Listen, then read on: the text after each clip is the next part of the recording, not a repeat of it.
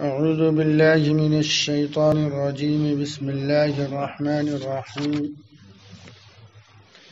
يعملون له ما يشاء من محاريب وتماثيل وجفان كالجواب وقدور الراسيات اعملوا آل داود شكرا وقليل من عبادي الشكور. فلما قضينا عليه الموت ما دلهم على موته إلا دابة الأرض تأكل من سأته فلما خر تبينت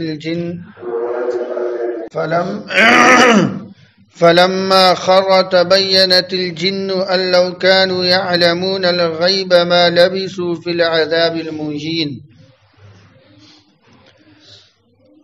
حضرت سلیمان علیہ السلام کا ذکر چل رہا ہے کہ اللہ تعالیٰ نے سیدنا سلیمان علیہ السلام کے لیے جنات کو مسخر کر دیا تھا. یہ آپ کا معجزہ تھا کہ آپ کے حکم سے جنات جو آپ کام لینا چاہتے وہ کرتا تھا. اس میں سے جناتوں کے کاموں کی تفصیل ان آیات میں بیان کی گئی. پہلا کام یہ بتایا کہ حضرت سلیمان علیہ السلام کے لیے جنات محاریب یعنی بڑی بڑی عمارتیں بناتے تھے. اصل معنی محاریب کا تو بڑی بڑی عمارتیں ہیں، اس کی واحد ہے محراب. موجودہ زمانے میں محراب ایک خاص مکان کو یا مکان کے خاص حصے کو کہتے ہیں جو مسجدوں کے اندر امامت کی جگہ کے لیے بنایا جاتا ہے. یہ جو محراب کا سلسلہ ہے مسجدوں میں، یہ شروع اسلام میں نہیں تھا، نہ دور خلفاء میں تھا، نہ اللہ کے نبی علیہ السلام کے زمانے میں تھا. اس کے بعد بادشاہوں نے اپنی حفاظت کے لیے اپنے گھروں میں محراب کے نام سے ایک مکان کا حصہ بناتے تھے، جس محراب کے ارد گرد سیکورٹی سخت رکھتے تھے، سخت پہرہ دار رکھتے تھے اور اپنا حفاظت کے لیے اس گھر کو بناتے تھے، تو اسے محراب کہا جانے لگا. پھر ایک دور آیا کہ نماز میں امام کے ساتھ مقتدی حضرات کے کھڑے ہونے کی وجہ سے مقتدی بسا اوقات امام سے آگے بڑھ جاتا، اور حکم مسئلہ یہ ہے کہ اگر نماز میں مقتدی امام سے آگے بڑھ جائے تو نماز فاسد ہو جاتی ہے. تو اس میں تمیز کرنے کے لیے امام کے کھڑے ہونے کی جگہ کو صف سے آگے بنانے لگے، جسے موجودہ شکل میں ہم آپ دیکھتے ہیں. اسے محراب کہتے ہیں. اس کا بنانا سنت نہیں ہے اور بنا لیا تو کوئی حرج بھی نہیں ہے.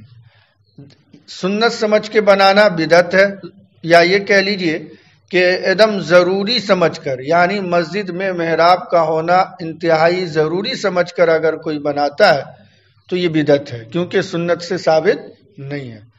اور اگر ضرورت سمجھ کے بنا لیا، سنت نہیں سمجھا، بنا لیا تو بھی ٹھیک، نہ بنایا تو بھی ٹھیک، تو پھر بنانے میں کوئی حرج نہیں ہے. ایک ضرورت ہے اور شریعت میں اور سنت میں اس کی ممانعت بھی نہیں ہے.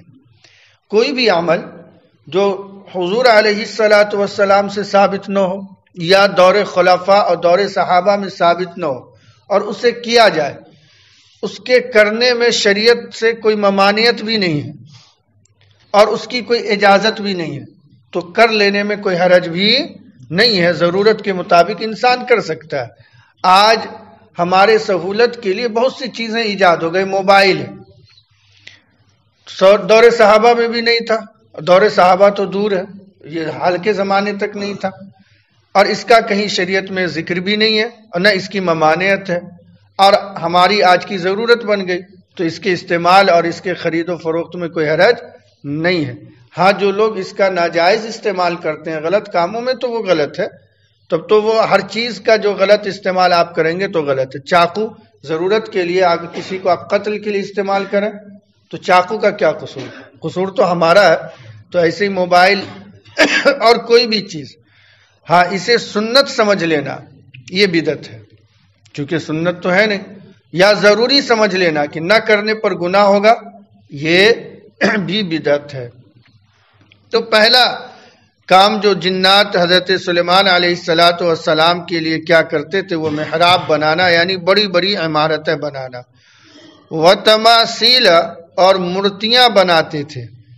حضرت سلیمان علیہ السلام کی شریعت میں تصویر بنانا، مجسمہ بنانا، اسٹیچو بنانا جائز تھا۔ تماثیل، تمثال کی جمع ہے مورتیاں۔ مورتی دو طرح کے، ایک تو انسان کے اور جاندار کے ہوتے ہیں، اور ایک غیر جاندار کے جس میں روح نہ ہو، حرکت نہ ہو، جاندار کی طرح انسان اور حیوان کی طرح اس میں زندگی نہیں ہوتی، جیسے پیڑ پودے ہیں، زمین ہے، پہاڑ ہے، پھول ہے، یہ ان کی بھی تصویر بنتی ہے۔ اور جو یہ جو پھول، پیڑ پودے، پہاڑ، زمین ہے، اس میں بھی دو طرح کی چیزیں ہیں۔ بعض چیزیں ایسی ہیں جو بڑھتی اور گھٹتی ہیں، جیسے پیڑ پودا ہے، اور بعض چیزیں وہ ہیں جو ایک کیفیت پہ ہے تو ہے، جیسے زمین ہے تو ہے، یہ نہ بڑھتی ہے نہ گھٹتی ہے۔ تو ہر طرح کی تصویر اور اسٹیچو یہ جنات حضرت سلیمان علیہ السلام کے لیے بناتے تھے، اور اس میں کوئی ممانعت نہیں تھی، ان کی شریعت میں جائز تھا، اس لیے بنواتے تھے بہت سی ضرورتوں کے لیے۔ اب سوال یہ ہے کہ ہماری شریعت میں اللہ کے نبی علیہ السلام نے تصویر کو حرام قرار دیا ہے۔ تصویر میں حرمت کی کئی وجوہات ہیں۔ پہلی وجہ تو یہ ہے کہ تصویر بنانے والا گویا کہ اللہ کی تخلیق کی نقل کرتا ہے، اور تخلیق یعنی پیدا کرنا یہ اللہ کی خاص ذاتی صفت ہے۔ اللہ کے اس صفت میں کسی کو شریک کرنا جائز نہیں ہے۔ تو بظاہر تصویر بنانے والا گویا کہ اللہ کی تخلیق میں شرکت کرنے کی کوشش کرتا ہے۔ اسی لیے بعض احادیث میں اللہ کے نبی علیہ السلام نے ارشاد فرمایا، کل قیامت کے دن تصویر بنانے والوں کو اللہ تعالیٰ بلائیں گے اور یہ کہیں گے کہ تم نے ہماری ظاہری صورت کی نقل تو کر دی، اب تم اس میں جان ڈال کر دکھاؤ۔ تو ظاہر ہے وہ جان نہیں ڈال سکے گا، کیوں؟ اس لیے کہ اللہ کی صفت تخلیق میں شرکت کی اس نے کوشش کی۔ تو اس بنیاد پر بھی حرام ہے، اور اس بنیاد پر بھی حرمت ہے کہ گھروں میں اگر یہ تصویر یا کتے رہیں تو فرشتوں کا نزول نہیں ہوتا۔ تو اس بنیاد پر بھی گھروں میں تصویر کا رکھنا اور بنانا حرام ہے۔ ظاہرہ بنائیں گے تو رکھیں گے بھی۔ اس لیے تصویر جو ہم ابھی گفتگو کر رہے ہیں، اس سے مراد یہ مجسم شکل میں، بت کی شکل میں جائز نہیں ہے۔ اب یہ جو موجودہ دور میں ڈیجیٹل تصویر کا دور آیا، جو موبائل میں، کیمروں میں لیا جاتا ہے، اس کے بارے میں کیا یہی تمثیل جو مجسموں کی شکل میں باضابطہ بنایا جاتا وہی حکم ہے یا الگ حکم ہے؟ اس میں دارالعلوم دیوبند کا تو فتویٰ ہے کہ یہ بھی حرام ہے، اس میں حرلت کی کوئی گنجائش، الا یہ کہ اشد ضرورت ہو جائے آپ کو سرکاری کام کے لیے یا کسی بھی کام کے لیے، تو وہاں بنانے کی گنجائش ہے۔ باقی اس ڈیجیٹل کیمروں سے بھی تصویر بنانا، ویڈیو بنانا دارالعلوم کا فتویٰ حرام کا ہے، اور وجہ وہی سارے ہیں کہ یہ ڈیجیٹل تصویر بھی دراصل وہ مورتیوں کی شکل کی ہی ہے۔ جیسے واقعی ایک مجسمے کی شکل میں ہم تصویر بنا دیتے ہیں باضابطہ اسٹیچو کی شکل میں، ایسے ہی یہ بھی اسی کی ایک کاپی ہے، اور اس کی گنجائش جس طرح اس کی نہیں ہے اس کی بھی نہیں ہے۔ لیکن پاکستان کے بعض علماء کی رائے یہ ہے کہ نہیں، یہ ڈیجیٹل تصویر جائز ہے، اور وہ اس لیے کہ یہ عکس ہے، یہ دراصل مورتیاں بنانا نہیں ہے۔ آئینے کے سامنے آپ کھڑے ہوتے ہیں تو آپ کی چہرے کی شکل آئینے میں آتی ہے، وہ بھی ایک شکل ہے، لیکن یہ شکل عکس کے طور پر ہے کہ آپ ہیں تو وہ ہے، اور آپ ہٹ گئے تو وہ ختم۔ اسی پر قیاس کر لیا پاکستان کے بعض علماء نے اور کہا کہ یہ بھی عکس ہے، لہذا آئینہ میں جس طرح اپنی شکل دیکھنا جائز ہے، یہ تصویر بنانا ڈیجیٹل بھی جائز ہے۔ لیکن آپ اگر غور کریں گے تو آئینہ اور اس ڈیجیٹل تصویر میں فرق بنیادی یہ ہے کہ آئینہ کے سامنے آپ جب تک ہیں تب تک تصویر ہے، اور ہٹ جانے کے بعد، اور یہ جو تصویر ہے ڈیجیٹل، ٹھیک ہے سامنے سے لیا گیا عکس ہی ہے، لیکن ہمارے ہٹنے کے باوجود بھی یہ باقی رہتا ہے۔ اسی لیے دارالعلوم کا فتویٰ اب تک کا یہی ہے کہ نہیں، اس کو عکس قرار دے کر جائز قرار دینا مناسب نہیں ہے، اس لیے دارالعلوم کا فتویٰ ہمارے لیے قابل عمل ہے۔ ہم جس ملک میں رہتے ہوں اور اس ملک میں اگر کوئی قابل عمل کوئی دارالافتاء ہو تو ہمارے لیے اس ملک کے دارالافتاء کا فتویٰ ہی قابل عمل ہوتا ہے. اس لیے دارالعلوم کے علماء کا فتویٰ ہے مفتیان کرام کا تو تصویر ناجائز ہے، یہ ڈیجیٹل ہو یا کوئی اور. اب اس میں چونکہ عموم بلوا بہت ہو رہا ہے، لوگ اب بلا ضرورت بھی ویڈیو اور تصویر بنانے لگے ہیں. دیکھیے کسی کام کے گناہ میں یا کسی ناجائز عمل کے گناہ میں ملوث ہونا ایک الگ چیز ہے، لیکن اس کو ناجائز سے جائز سمجھنا یہ بڑا جرم ہے. ناجائز جرم کرنا اتنا بڑا جرم نہیں ہے جیسے کہ مقابلے میں اس کے کہ اس کو ناجائز ہی نہ سمجھا جائے، یہ زیادہ خطرناک ہے. ناجائز کو ناجائز نہ سمجھنا یہ کفر تک پہنچا دیتا ہے. اور گناہ کو گناہ سمجھتے ہوئے اگر آدمی کرتا رہتا ہے تو اور دل میں خوف ہو اور یہ طلب ہو کہ کسی طرح اس گناہ سے ہم بچ جائیں تو اللہ تعالیٰ ایک نہ ایک دن توفیق دیتے ہیں اور گناہ سے آدمی بچ جاتا ہے. اس لیے اگرچہ ہم آپ بھی کھنچا لیتے ہیں، ہم خود ابھی یہاں آپ کو مسئلہ بتا رہے ہیں، فتویٰ سنا رہے ہیں اور ہم بھی کھنچا لیتے ہیں اور کھینچ لیا جاتا ہے، تو یہ کھینچ لینا کھنچا لینا یہ حرام ہے، اس میں کوئی شک نہیں ہے. ہمیں اس کا احساس رہنا چاہیے اور جب تک ہمارے مفتیان کرام کا فتویٰ نہ آئے تب تک ہمیں حرام ہی سمجھنا ہے. مفتیان کرام جو فتویٰ دیتے ہیں کسی حلال کو حرام نہیں بناتے، فرق سمجھیے گا، اور نہ حرام کو حلال کرتے نہ حلال کو حرام. وہ کرتے کیا؟ دیکھیے جتنے بھی مسائل اخذ ہوتے ہیں قرآن و حدیث سے ہوتے ہیں، اور قرآن و حدیث سے اخذ کرنے میں بسا اوقات آدمی اس معیار تک نہیں پہنچتا ہے جہاں تک پہنچنا چاہیے، اس سے نیچے ہی تک رہا اور اس سے نیچے تک ہی بات سمجھ میں آئی تو وہ مسئلہ قابل عمل کیا. ایک دن آیا کہ آدمی کا علم اور بہت سے مفتیان کرام جب بیٹھ کر اس پر غور و خوض کیا تو سبوں کے غور و خوض کرنے سے علم و حکمت کی نئی باتیں کھلتی ہیں اور اللہ تعالیٰ نئی باتیں ڈالتا ہے. پھر اسی قرآن اور حدیث کی آیت میں کچھ گنجائش نکل آتی ہے کسی نہ کسی وجہ کر کے، تو مفتیان کرام کی رائے بدل جاتی ہے. ایک زمانے تک ان پر غور نہیں ہوا. مثلا جب شروع زمانے میں لاؤڈ سپیکر پہ اذان، لاؤڈ سپیکر نکلا تھا تو اس زمانے میں بہت سے علماء کا فتویٰ آیا کہ لاؤڈ سپیکر پہ اذان دینا جائز نہیں، اس پہ نماز پڑھنا جائز نہیں. ایسے ہی جب پریس، یہ جو پرنٹ کی شکل میں پریس جب آیا اور کتابیں پریس سے چھپنے لگی تو اس زمانے کے نئے دور علماء کا فتویٰ آیا کہ یہ پریس سے کتابیں چھاپنا دینی جائز نہیں ہے. اب اور آج اسی پریس سے قرآن چھپ رہے ہیں، تفسیر چھپ رہے ہیں اور اسی میک پر حرمین شریفین میں نماز ہو رہے ہیں. تو یہ جو فرق آیا فتویٰ کا، دراصل ایک تو یہ ہے کہ جو نئی ٹیکنیک آئی اس کی باریکیوں کو سمجھنے میں تاخیر ہوئی، اس کی ٹیکنیکل پوائنٹ کو سمجھنے میں تاخیر ہوئی. دوسرے یہ کہ قرآن و حدیث میں اس وقت جب غور کیا گیا تو کوئی گنجائش انہیں سمجھ میں نہیں آئی. دیکھیے علم وہ چیز ہے، کوئی یہ دعویٰ نہیں کر سکتا کہ ہمیں سب کچھ مل گیا. قرآن کریم نے اللہ کے نبی علیہ الصلاۃ والسلام کو کہا وَمَا أُوتِيتَ مِنَ الْعِلْمِ إِلَّا قَلِيلًا، اے نبی آپ کو جو علم دیا گیا وہ معمولی ہے.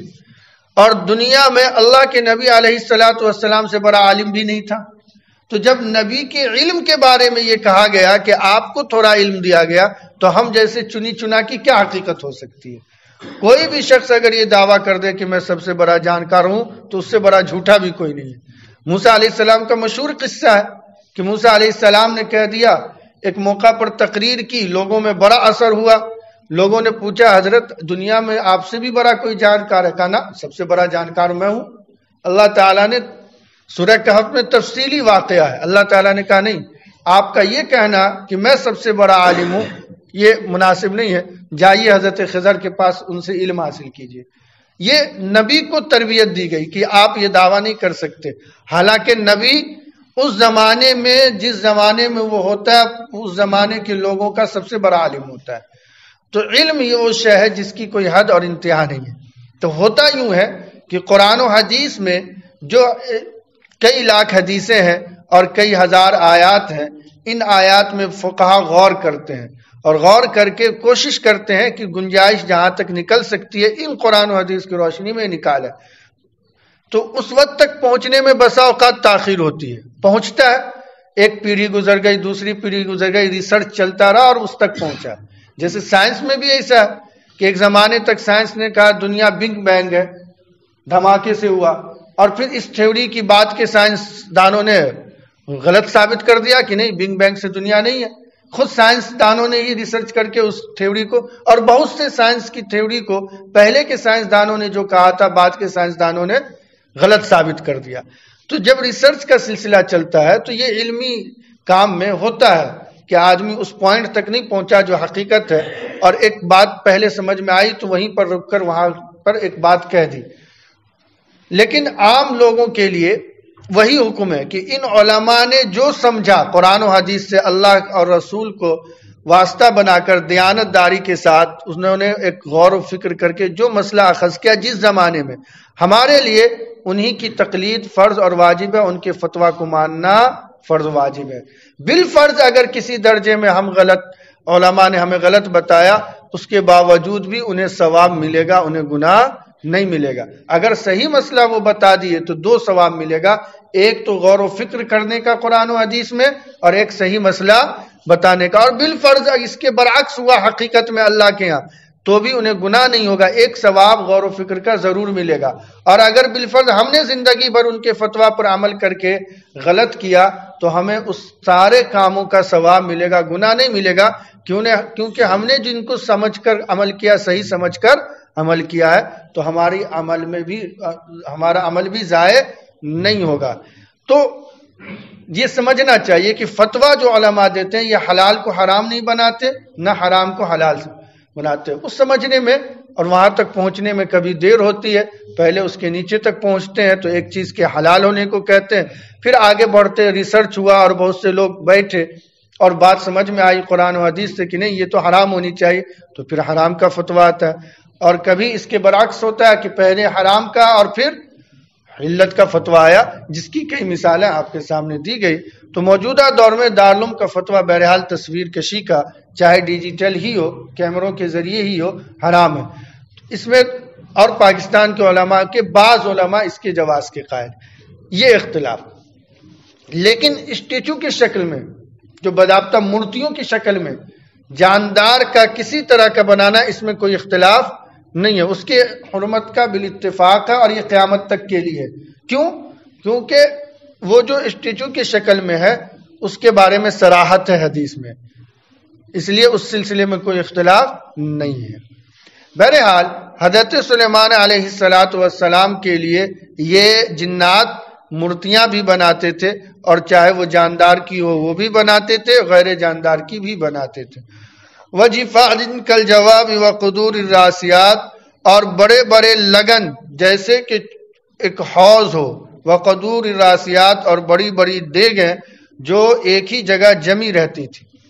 پانی کے لیے رکھنے کے لیے جو ایک ٹب آتا ہے ہمارے دور میں ہم آپ دیکھتے ہیں، اس ٹب کو اتنا بڑا جنات بناتا تھا کہ ایک چھوٹی سی نہر ہوتی تھی وہ پانی رکھنے کے لیے، اور کھانے کے لیے پکانے کے لیے ڈیگ جنات سے بنوایا کرتے تھے. حضرت سلیمان علیہ السلام وہ پہاڑ کو تراش کر ڈیگ بناتا اور وہ وہیں پر ہمیشہ جمع رہتا. یعنی ایسی ٹیکنیک ہوتی تھی کہ اسی کے نیچے چولہا بھی ہوتا تھا اور اسی کے اوپر ڈیگ ہوتا تھا، اور ہوتا اتنا بڑا ہوتا تھا کہ لاکھوں آدمی کا کھانا ایک ڈیگ میں پک جاتا تھا. اور وہ ڈیگ کبھی اٹھانے بیٹھانے کی ضرورت نہیں پڑتی تھی، نہ چول اس کے لیے الگ سے لگانا پڑتا تھا. اسی پہاڑ اور پتھر کو نیچے چول بنا دیا جاتا اور اسی کے اوپر بڑی بڑی ڈیگیں بنا دیتا تھا جنات.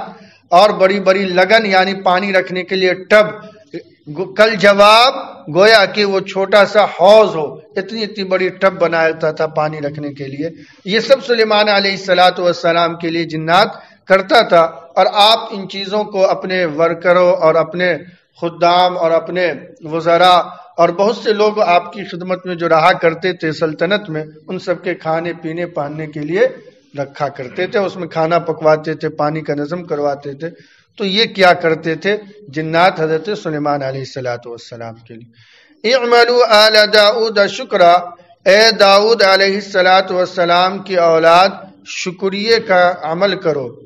وقلیل من عبادی الشکور، اور میرے بندوں میں تھوڑے ہیں جو شکر گزار ہیں. اللہ تعالیٰ نے سلیمان علیہ السلام پر اپنے ان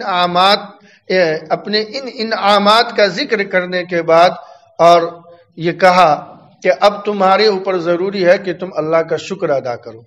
چنانچہ اس میں ایک تو یہ کہ ڈائریکٹ کہا جاتا کہ تم شکریہ ادا کرو، یہاں یہ کہا گیا کہ شکریہ والا عمل کرو۔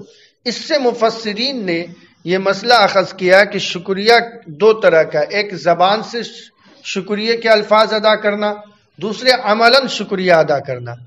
اور عملاً شکریہ یہ ہے کہ اللہ تعالیٰ نے جو انعام ہمیں دیا ہمیں یہ سمجھنا چاہیے دل دماغ سے کہ یہ اللہ کا ہم پر احسان ہے اور اس نے اپنی طرف سے ہم پر ایک فضل فرماتے ہوئے یہ انعام دیا، یہ زبانی شکریہ ہے، اور زبان سے الحمدللہ یا جو بھی الفاظ آپ کو یاد ہو کہنی چاہیے۔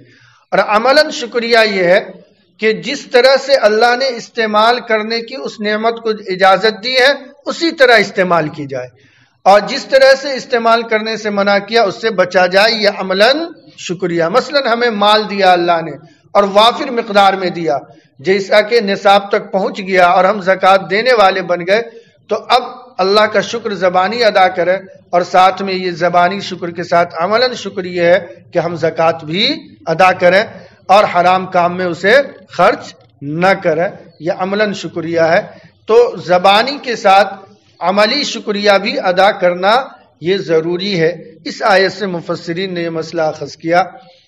چنانچہ حضرت داؤد علیہ السلام نے اور سلیمان علیہ السلام نے اللہ کا شکریہ ادا کرنے کا یہ نظام اپنے گھر میں بنایا کہ ہمہ وقت ان کے گھروں میں ہر فرد عبادت میں کوئی نہ کوئی ہوتا، 24 گھنٹے میں ایک لمحہ بھی عبادت سے خالی نہیں ہوتا تھا۔ ایک ترتیب بنا دی گھر کے افراد کو رکھ کر کہ فلاں سے فلاں وقت، فلاں سے فلاں وقت فلاں عبادت کرے گا۔ پھر اللہ تعالیٰ نے فرمایا کہ ہمارے بندوں میں تھوڑے ہیں جو شکر گزار ہوتے ہیں، یعنی توجہ دلایا کہ کہیں ایسا نہ ہو کہ تم بھی ان تھوڑے لوگوں میں ہو جاؤ ان نعمتوں کے باوجود کہ شکریہ سے منہ موڑ لو، ایسا نہیں ہونی چاہیے۔ اور یہ دونوں حضرات داؤد علیہ السلام اور آپ کے صاحبزادے سلیمان علیہ السلام پیغمبر تھے، شکریہ کے خلاف یا شکریہ ادا نہ کرنا کا تصور ہی نہیں تھا، چنانچہ انہوں نے یہ نظام بنایا۔ اللہ تعالی ہمیں نیک عمل کی توفیق میں رحمت فرمائے۔